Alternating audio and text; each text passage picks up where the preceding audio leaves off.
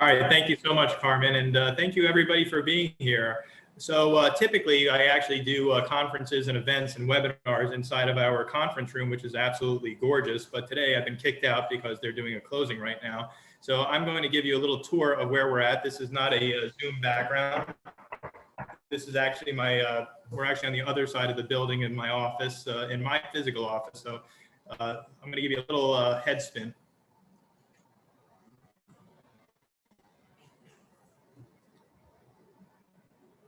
So welcome to my office. And so we're going to be talking about how to get your offer accepted in a hot market. And in a hot market with low inventory, where there's just a glut of inventory, properties for buyers are something that are kind of rare. And so you're going to have to be lightning fast with your offers when something does become available. Sellers right now are receiving multiple offers at or above the asking price, and the market is highly competitive. I don't have to tell you this. So you need your offer to stand out. So how are we going to get you to yes? We're going to talk about two different types of concepts. I already hear the moaning. I already hear the eyes rolling. Oh my God, are you kidding me? But I am not kidding you, because it is super important. And sometimes we just need reminders. You know, I don't litigate. I don't act as an attorney anymore. But sometimes when I was trying a case, sometimes I had to remind people. I may have to point out the very obvious, like that's a stop sign. We stop at stop signs. You know what? Sometimes we have to point out the obvious because it's just so obvious that we forget about it. So we're going to go over 8 approaches relating to kindness, because kindness matters. And then we're going to be going over 20 different approaches relating to economic strategic approaches. And you're going to be combining the two in order to get your contracts to yes. So if I don't think this is going to bore you, I will tell you that I did go on to YouTube right before I got on here to see, hey, is there anything else that I could be offering you guys? Anything that's interesting that's out there that would get you to yes? And I put one of the YouTube videos. It was somebody talking about counteroffers. What do you do after you get in response to a counteroffer? It was 9 minutes of listening to somebody describe what a counteroffer is. Well, that's not what we're going to be doing today. We're going to learn actual approaches and actual information that will be hokey, and I get it, but it is my #1 go-to. Call the listing agent and build a rapport with them, and ask what terms are the most important to sellers. It's not always price. You never know what kind of information you're going to find out. I heard about a listing agent receiving 7 offers over a weekend, but you only heard from 2 of the agents before or after receiving the offer. Now, one of the things that I do, and I got to tell you, lately I've been slacking, and I hate that we're doing this because we've been a little bit busy, but I had to remind myself that we have to do this. And I had called, this is what happens when a deal comes into us. So we're a title insurance company. When a deal comes into us, this is to show what you should be doing. When a deal comes into us, we do what's called a welcome package, introducing ourselves and photoshopping in the property, giving the timelines, telling them who the personal liaison is. It's a wonderful email, electronic form of introduction. Well, that is insufficient. So what happens is after I send somebody an email, I call them up and I said, I'm just calling you to put a voice to the email. I may not have very much more to add, but I wanted to make the introduction so that you know who I am. And it's remarkable how many times somebody would tell me, a realtor would tell me, wow, that never happens. We have become so used to the efficiency that we've forgotten what it's like to be kind and what it's like to speak to people using our own voice. It matters so much. So who would you rather deal with? The person who called you up? I mean, if everything's all being equal, you got 2 different people. One is only emailing you and the other one's actually calling you and reaching out to you. Who do you think is going to be easier to deal with? It's a no-brainer. Secondly, another way to make your offer stand out is presenting your offer in person.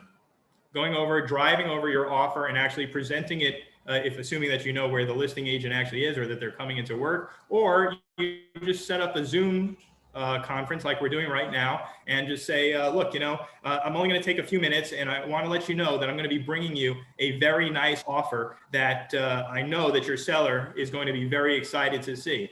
It's just another way of getting your face in front of the listing agent. It'll take no more than 5 minutes of your time.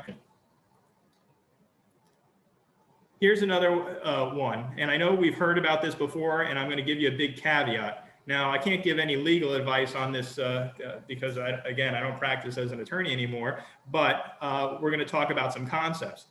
So one of the things that I've been hearing about, and it's got drawbacks or caveats, and I want to talk about those.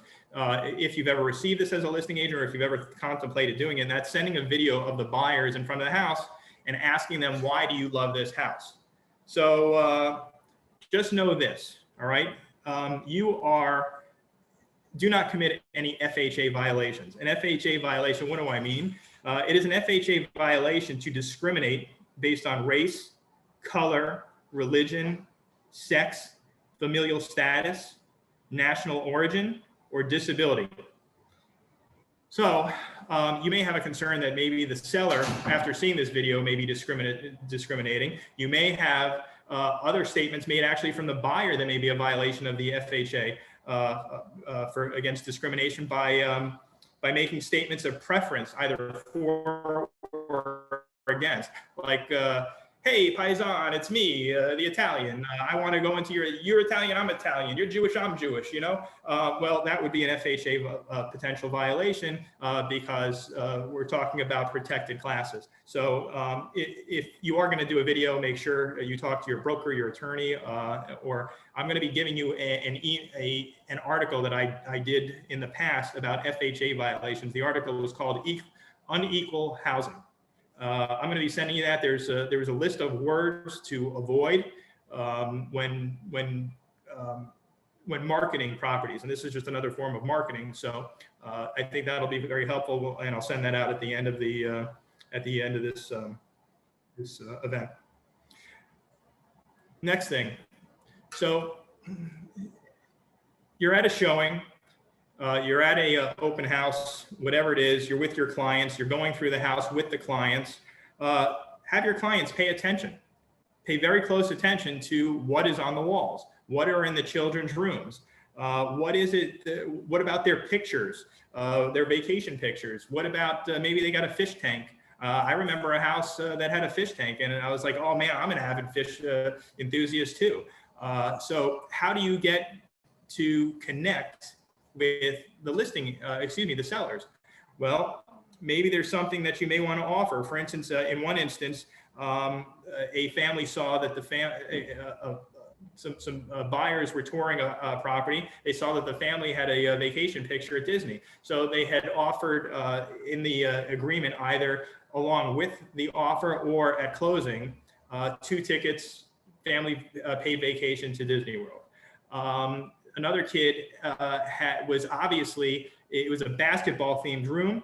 And so the buyers had a connection to the Miami Heat. So what did they do? They sent over a jersey of a celeb basketball player along with their offer. Obviously, once again, you're definitely going to be standing out. And at least if it does come to, again, where it's very closely bid, then at least you'll get another opportunity. We're always looking for that other bite at the apple, and not just being foreclosed from being able to continue to compete and have our offers reasonably considered. Next thing, let's see, find out what the sellers are involved in, and maybe make a $500 donation to a charity of their choice. So one of the things that I do is I am a board of director for the Hollywood Art and Culture Center. So I am huge into art. My wife, who's actually on here, she's the president of the JCC. People are into charities. They are into tennis. They're into something,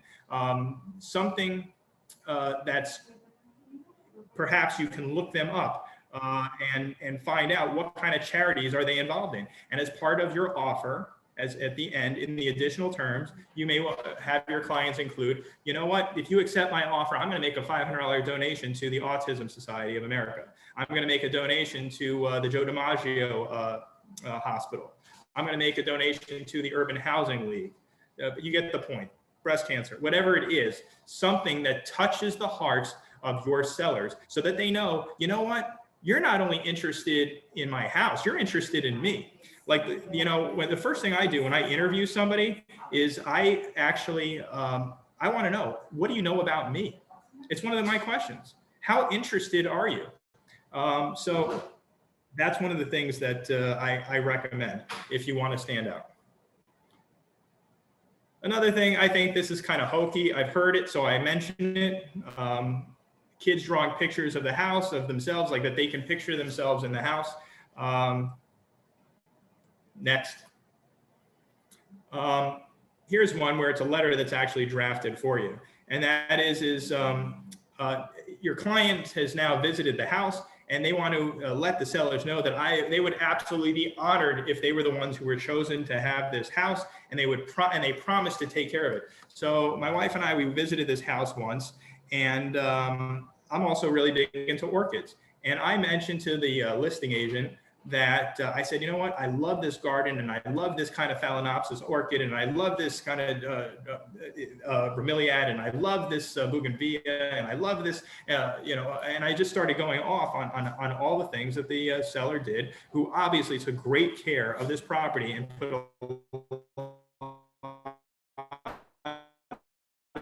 effort into the landscaping. It was just, I want you guys to buy this house. Now, we didn't choose that house, but ultimately she would call me. She's like, you don't understand. My seller's looking for somebody exactly like you. She's looking for somebody who's going to take care of her house. She's looking for somebody who's going to love this house the same way that she did. My neighbors who just moved in next to me, speaking of fish tank, he sold his house. And when he sold his house, it had a 300-gallon tank that was built in, exotic fish. He wasn't able to take it with him, so he had to leave the tank behind.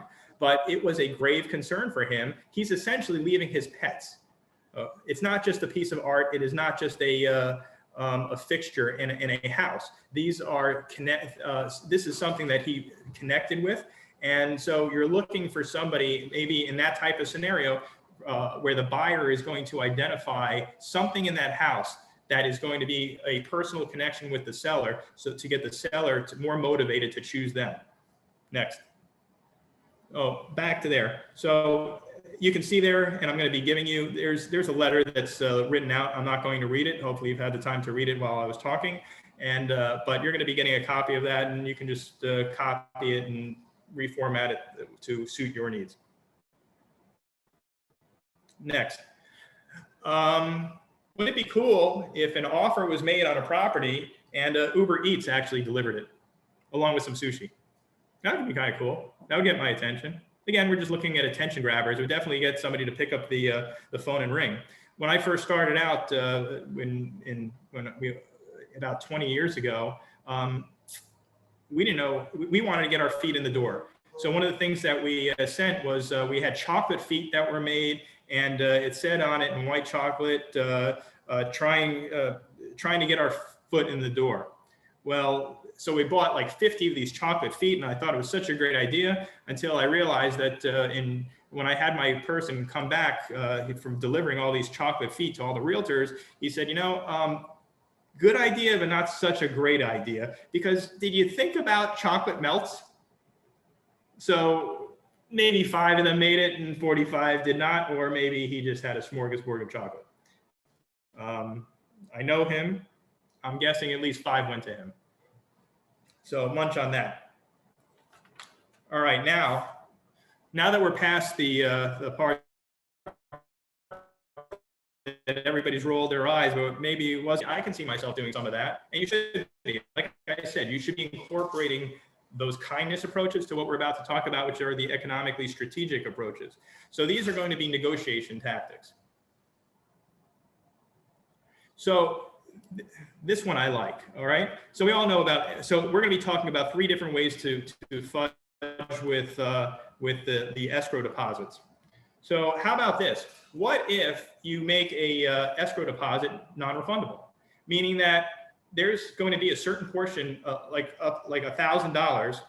Let's say I make an escrow deposit of $5,000, $10,000, whatever it is, but $1,000 of it is immediately released to the seller, no questions asked. I haven't seen the property, but I know that this is a property that I want to inspect, and I at least want to be given the chance. So I am going to be, it's almost like an option contract. I'm going to be giving you the money and you can keep the $1,000. So if I back out, you keep the $1,000 and it's towards closing. So what did the buyer do in that instance? They locked in the opportunity to at least be able to see the property and beat out everybody else. In worst case scenario, the money goes to close on the property, which it looks like they want anyway. I mean, most properties do close. It's very rare that that clients back out of deals. It happens, but it's definitely the more rare. So, are you willing to risk $1,000 for that? Well, consider it. The next one is, this is no duh, but I mention it because it's part of the fudging with the escrow deposits. So just put down a higher, double the earnest money deposit. You know, the sellers want to know that you're for real. So what would happen is we would get in offers and we would get in like really low escrow deposits, and then a seller would say, well, the buyer is in breach. What do we do? And so we'd say, well, and the seller would say, well, why do we only? You mean to tell me we only get $1,000 because they only put in $1,000 escrow deposit? And you know, unfortunately, they didn't have much skin in the game. So yeah, sometimes it just pays to walk away. So the more of an escrow deposit you have, the more money that looks like it's up at risk, the more attractive the offer is. Now, frankly, to me, escrow deposits don't mean anything. I mean, they mean nothing. You want to put up $1 million, it doesn't matter. Why? One, it's not my money. Just kidding. But really, the real reason is because you have an inspection date typically, and it's a free time period to kick the tires, look at the house, get out for absolutely no questions asked. You know, you didn't like the color of the house, you just woke up that day, you don't want it. It doesn't matter. There's no looking behind the curtain to find out what your reason is. And so you get your money back anyway. So what's the difference? Put up a high amount to get somebody's attention, because just make sure that you comply with and get out by your due diligence date if that's what you're going to do. Otherwise, the deal has just gone hard and your money is up at risk. Next.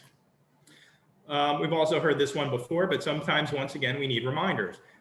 Show proof of funds.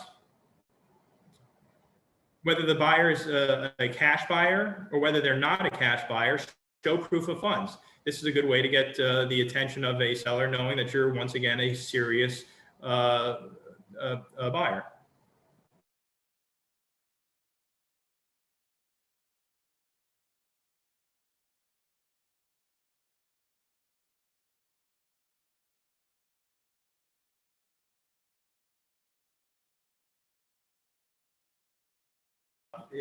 Approaches using the fudging with the escrow deposits. And now we're going to be talking about 4 topics relating to fudging with the closing dates.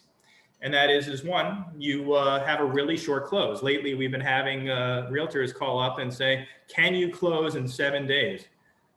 We can close in 7 days. The problem is typically not us. It's typically, do you have a homeowners association that needs to approve this buyer? Is there going to be a municipal lien search? Of course there will be, that's needed to come back from the cities or the counties. And if so, you're going to be relying upon when is the city going to return those documents. So we can typically get things done in a rush within 3 days. I always tell people, we order our municipal lien searches, our estoppels, our title commitments the very same day that the contract comes in. Why? Because my deal with my vendors are, if the deal falls through, we don't get charged. That's number one. So we have no reason not to move immediately. So it's not us. So find out from your title or closing agent, how long is it going to take for them to close before you offer this 2 weeks. Now, I'll give a little footnote to that. So the other thing is that I learned my lesson. It cost me about 10 grand. Many years ago, where we used to order our municipal lien searches after the deal went hard. And this was a very good client. I met them in their office right off of Broadway in New York. The most gorgeous law firm I've ever seen in my entire life, from Proskauer Rose. This guy did like he represented all the unions. And it had to be him. What happens? We didn't get back the municipal lien search until afterwards, and the surveys and stuff, and found out that the municipal lien search showed that the driveway was over and on the city's property. And there was a code violation issued for that. And had we actually ordered it timely, we would have found out about that. So we paid for it, but you know what? That's what you do. We messed up, and that's what you do. All right, we learned. Now you order it immediately and try to get that in so everybody can look at everything within their due diligence period. So to shorten the closing date to 2 weeks, I would say that sometimes it's better to ask for forgiveness than permission, and maybe as you get closer to those 2 weeks, you ask for additional time. And we're going to be talking later on about extensions and delays and how to work with that. Next. What if you shorten your closing date to 2 weeks? So your sellers are going to be getting the money. They just got their couple $100,000 for the purchase of their house, but you added a post-occupancy agreement for a seller to stay at $0. So they stay at $0 for up to 30 days. So now the sellers have all their money, and they also have the ability to stay and have the ability to get out of their property, find another one at their leisure. Or maybe you have a client that's, you know what, I'm sitting on the fence. I don't know where else I want to go. I need time to find another place. I don't know what's going on with the market. And they've got every reason in the world to not want to sell. This would be a great opportunity for you to say, well, what do you think about this? What if we did an agreement to sell your house, but gave you a post-occupancy agreement where you got to actually stay inside of your house?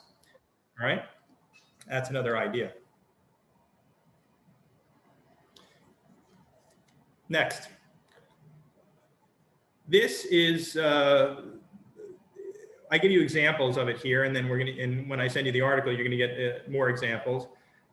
But what if we shortened it, and each time I'm using 2 weeks as a closing date as an example. So what if we shorten the closing date to for 2 weeks, but for every day after, the buyer pays a non-refundable extension fee of $100 a day. So let's say that the buyer says, look, I'm going to buy your house and we're going to close in 2 weeks. Then the buyer says, listen, you know what? I can't close in 2 weeks. I need a few more days. I need a few more weeks. Well, we also add in what's called, in the construction industry, it was called damages for delay or delay damages. So you're paying a price. You can't call it a penalty. Don't ever call it a penalty. Penalties are bad. We don't pay penalties, but we do pay for the extension cost for delays, okay? Because obviously it's going to impact and inconvenience the seller. They now have more carrying costs or whatnot. So let's say, what if we said that the buyer will pay $100 per day extra to be released from buyer's deposit that the buyer already made from their escrow deposit? Maybe it's a $10,000 deposit, but every day that buyer has to, money has to be released from the deposit, or at least the seller's entitled to it. They're not worried. It doesn't have to actually go to them $100 every single day. But the closing agent knows that ultimately when the bell gets rung, that this money is going to have to be dispersed to the seller. And we put in a clause that says, if the property closes and you just check off the box, it's either going to, one, check off the box, be in addition to the sales price, or two, check off the box, goes towards the sales price. So this way, it's either going to be one, in addition to the sales price, or two, go towards the sales price. And if the property does not close within 30 days from the effective date, then either party can cancel, but no matter what, seller will be entitled to that extension fee or delay damage. I don't like to call them delay damages contractors are used to it, to seeing the word delay damages, but you know, we're playing mental games and word games, since these are buyers and sellers, these are homeowners, they don't like to see damages. I don't want to be damaged. Damage is a bad word.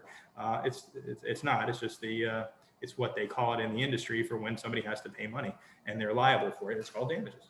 So we will just call it an extension fee. Oh, an extension fee, I'll pay that, that's not a problem. Delay damages, I wouldn't pay that. So just call it something different. Next. Let me just take a look and see if I see some chats, let's see. Let's see.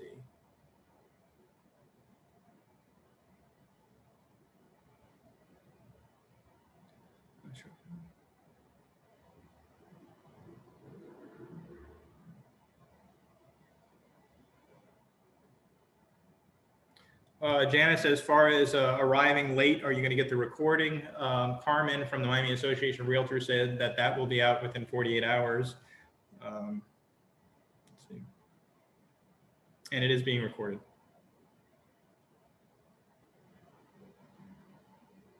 Okay. As far as the, isn't the closing agent ordering the lien search? We're going to be talking more about that, Carly. Let's see.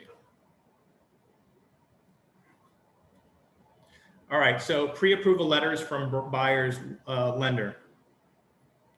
I just think that this is kind of nice. This is more of a lender type of issue and more of a financing issue and showing the capability.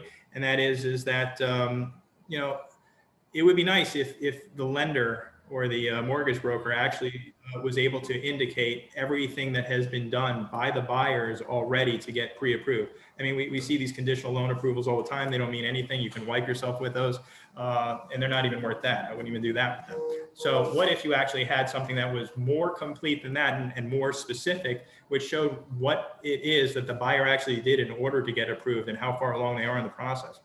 And and indicate that you may be able to close even sooner than the standard 30 or 45 days. Next, we're going to be talking about inspections, and I think this is a good one to go through as well.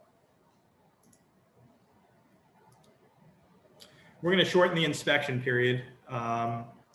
So what if, and I like this concept, you know, a lot of buyers, it used to be just the norm, would use the inspection period as the ability to negotiate down the purchase price.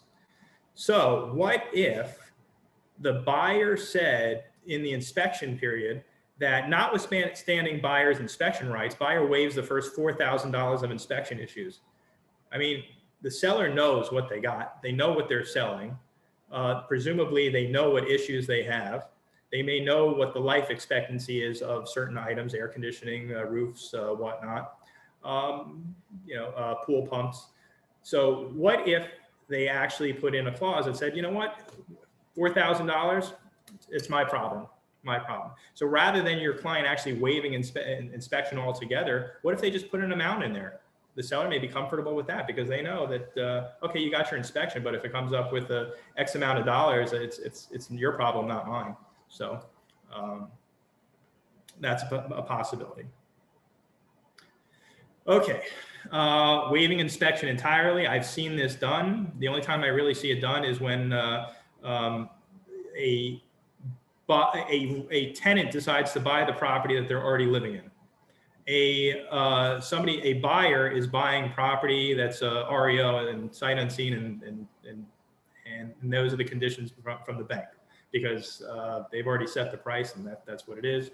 I've seen it with buyers who want to buy a property that they don't really care what the condition is because they're going to gut it and demolish it anyway. So just be careful with this. It is a possible negotiation tactic, but just make sure that you find out what is your buyer's intentions with this property.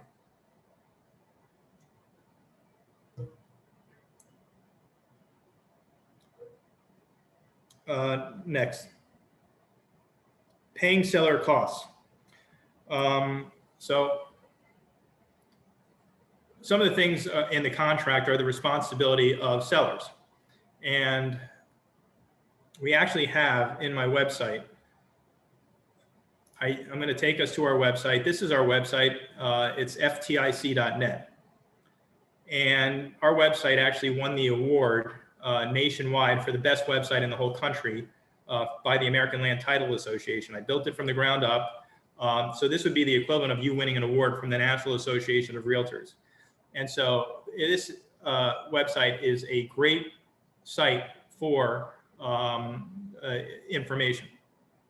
And what we have is who pays for what right here. We're going to look at that.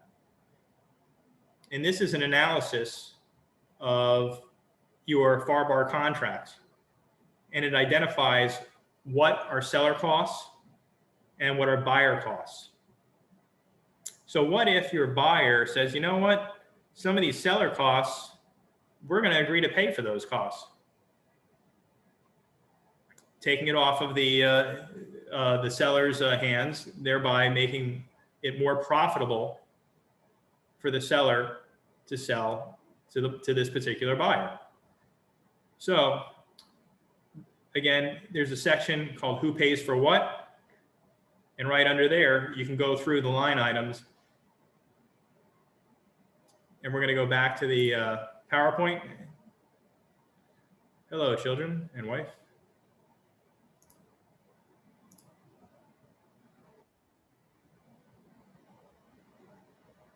Let's see.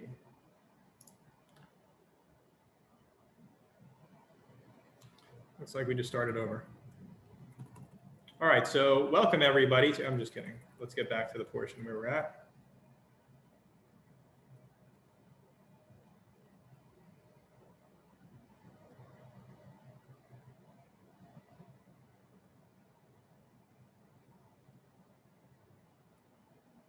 All right, so one of the seller's obligations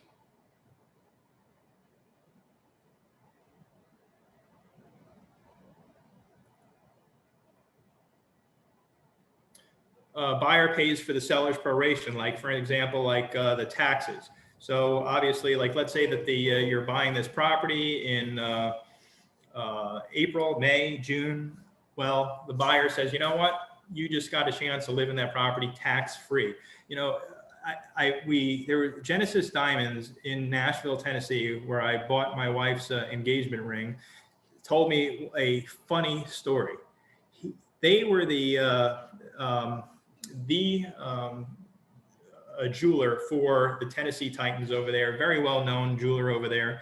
And he told me this story, and I'll never forget it. He says, you know, I can run a special for 20% off, and nobody will come through my door. But if I run a special and I tell them tax-free, which is at that time, it was like about 7% off, he says, everybody will come in and want to buy up all the jewelry. Why? For some reason, people like to screw the government. So what if you told the seller that, listen, I'm going to pay for your taxes. You don't have to pay taxes. It's another way, it's another attention grabber. What about your HOA maintenance? I'm going to pay for your HOA, even including all the way through closing. You don't have to, well, I mean, hopefully that the seller's been paying their HOA up to date. But you know what? Up till closing, I'm going to pay for it as well. So you know that you're going to be netting more money with me. Another example, buyer agrees to pay to maintain the landscaping, the pool, and the utilities from the time of acceptance until closing. Buyer agrees to pay for moving costs. That's another idea. It won't even cost you anything to move. So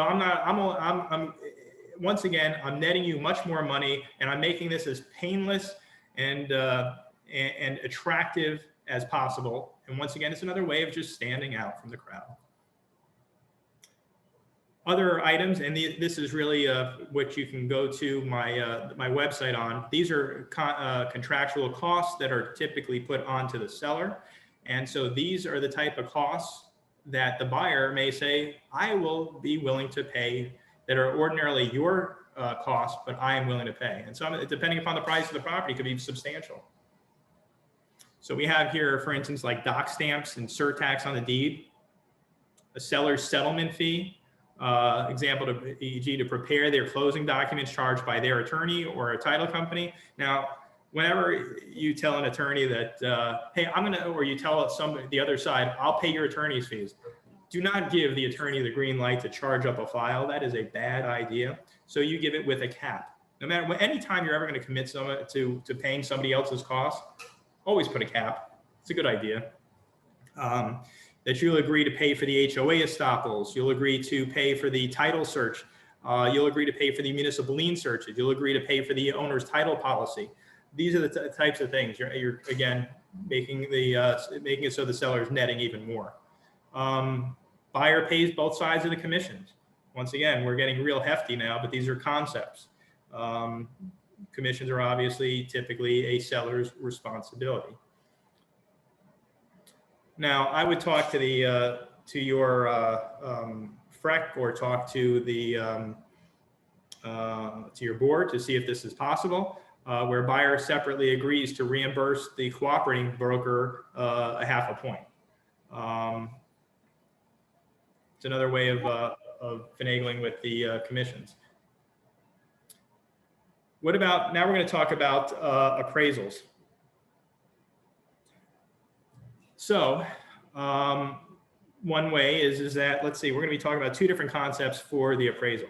And we're almost at the end of this, because at the end of this class. What about if the property does not appraise, buyer will pay the difference? Once again, as you heard me say before, never leave yourself open. You should always put some sort of cap. So the next one is if the appraised value comes in below the contract price, the buyer agrees to pay $50,000 above the appraised value, not to exceed the contract price. This lowers the risk, but also tells the seller that I have somebody on the hook. I know that there's no way that this property is going to appraise for less than $50,000 less than the contract price. But of course, that's where you come into play, where you're doing CMAs and valuations and advising your clients on the valuation of the properties. So next.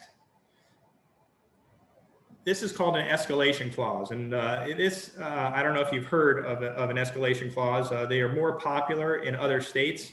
Some states like Texas, they're not even allowed. So this is the way of allowing your client to get another bite at the apple. So let's say that your client gives an offer. Typically, that offer is in the eyes of a seller is in the type of offer. It's what we call a highest and best, a final offer, a take it or leave it. And sellers may not come back and counter offer you. So it really leaves no room to negotiate when you make an offer. So an escalation clause can be quite useful, especially in the scenario where you have multiple offer scenarios. So an escalation clause states that a buyer will pay a certain amount of money above the highest offer the seller receives. It generally includes a ceiling cap to make sure the buyer doesn't agree to pay more than they can afford. Typically, what I say is like, you know what, once again, your clients need to always remember if that inspection period. It almost doesn't matter if they offer the sun, the sky, the moon, and the stars, because typically they can get out of it just by falling within their inspection period. As long as they're within their inspection period, then they can cancel the contract for any reason they want, right? So what real danger does your client really have? So escalation clauses advantages. One, it's an attention grabber. So we're going to talk about the advantages and disadvantages. It's an attention grabber. Two, the seller could just cross out the escalation clause and just say, well, why, if you're going to offer $5,000 above what anybody else offers me, why don't you just put your highest bid in now? So your client should say, well, you would go back to your client and say, well, who cares? You got the contract and you got what you were going to pay anyway. So what do you care? Next, the advantage is seller may perceive the buyer as the most desirous to have this property. They're willing to be to negotiate. Next, I don't know, I'm sure you've never had this ever happen. If you perceive that the listing agent is not giving your client's offer to the seller, then this would be a good way to ensure that your offer gets seen. And that is once again, offering more than X amount more than the next highest offer. Once again, does it really matter? Let's say that the next highest offer is $100,000 more than asking. Your client can still get out within the inspection period. So what's the difference? Again, sometimes these are just mental. Let's see.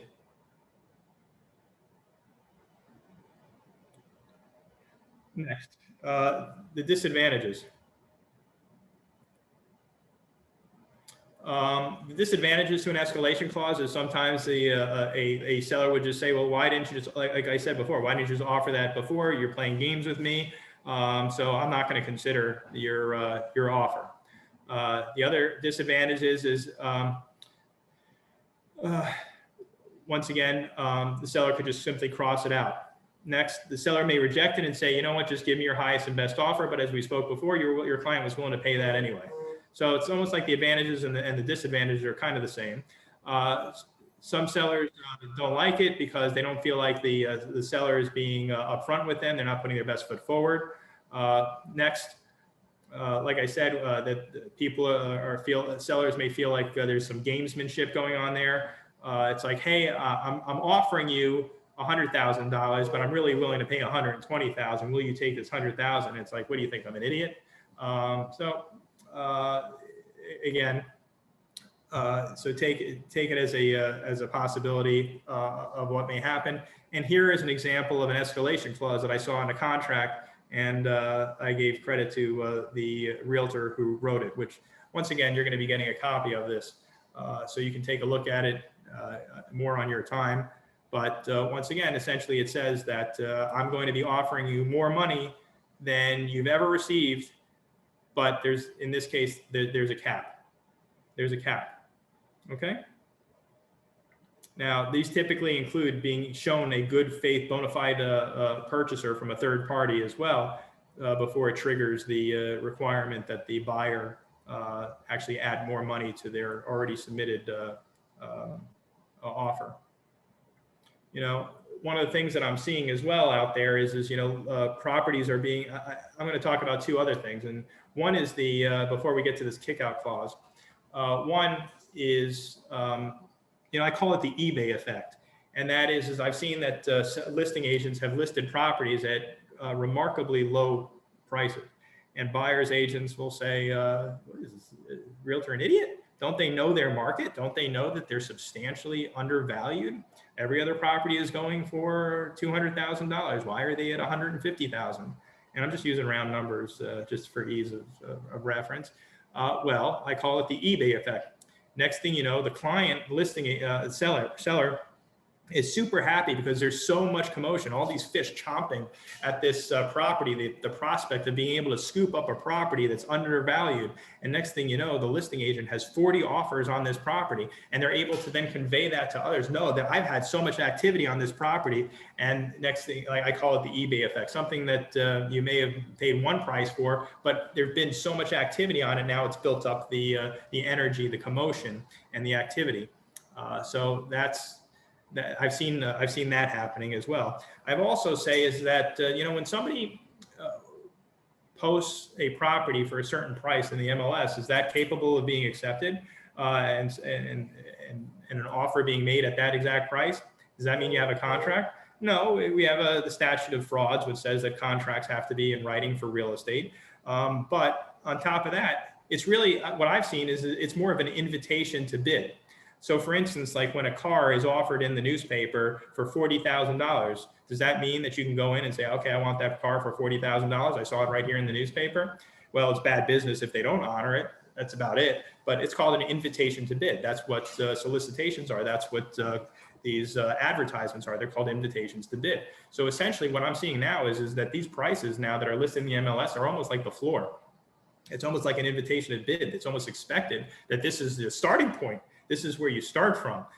So it's have those conversations with your client as well so that they're not sticker shocked later on. So here we're at our number 28, which is called a kickout clause, but only realtors would name something so heinous, okay? A kickout clause in every other form of the industry, in other words, in any place else other than real estate, you guys have your own form for this. We call it a kickout clause. But every place else is called a right of first refusal. Just, when a seller receives a weak or low offer or one full of contingencies with terms less optimal than the seller hoped for, this would be good for somebody representing a seller. The right of first refusal is an attractive alternative to bridge the gap and keep things moving. So like, let's say that a seller says to his realtor, I think that this property is worth $100,000 more. You think it's worth $100,000 more? I'm telling you, you're crazy. But I'll tell you what we will do. We have an offer right now on the table. It's cash. I know that they can close. What about we do this? We make the closing within 45 days. And if you get somebody else to offer your price, then we have this right of first refusal. We have this kick out clause. We have something where we can kick out this first buyer, and we can replace him with the second buyer, which is the more attractive offer. I don't think you're going to get it, but let's lock this person up now before we lose it. And are you willing to do that, madam or Mr. Seller? So that's a way. Another scenario is if the seller insists their fair market value is $600,000, but your research shows that it's overpriced, and a fair estimate would be $500,000. Make an offer with a 60-day kickout clause. This essentially says, I'm so confident my offer is fair that I'm willing to bet you won't find a better deal out there. So that's taking it from the mindset of a buyer, saying, look, I know you don't want to accept my offer, but I know that my offer is so good and so attractive and so fair and so market that if you accept my offer, I'm going to give you 60 days. And if you find somebody else, kick me out. Just show me the bona fide purchase. All right. I also say here, note this concept is different from a backup offer, which would allow a second offer to put down a deposit and then move into first position if the original offer is terminated and falls through. All right, so that concludes our class. Let me see if there are any questions in here that I can answer. Let's see.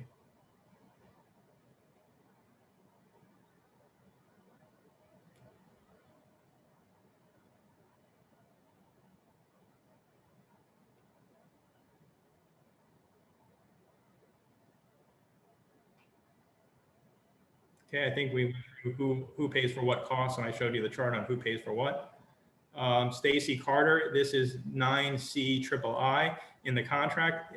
Once again, in my list over here, who pays for what. I actually identify where it is in the contract of who has to pay for what. It depends upon which box is checked.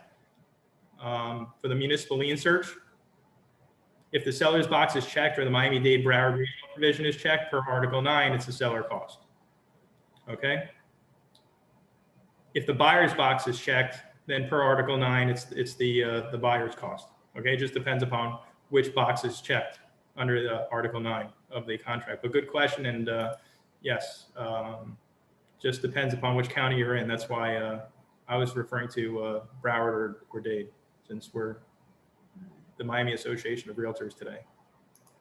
Let's see, any other questions? If you want, you can unmute yourself and ask a question. But otherwise, I want to thank everybody for coming. Thanks, Randy. Thank you for another presentation, another wonderful presentation. Absolutely. Thank you, everybody. You all have a great weekend.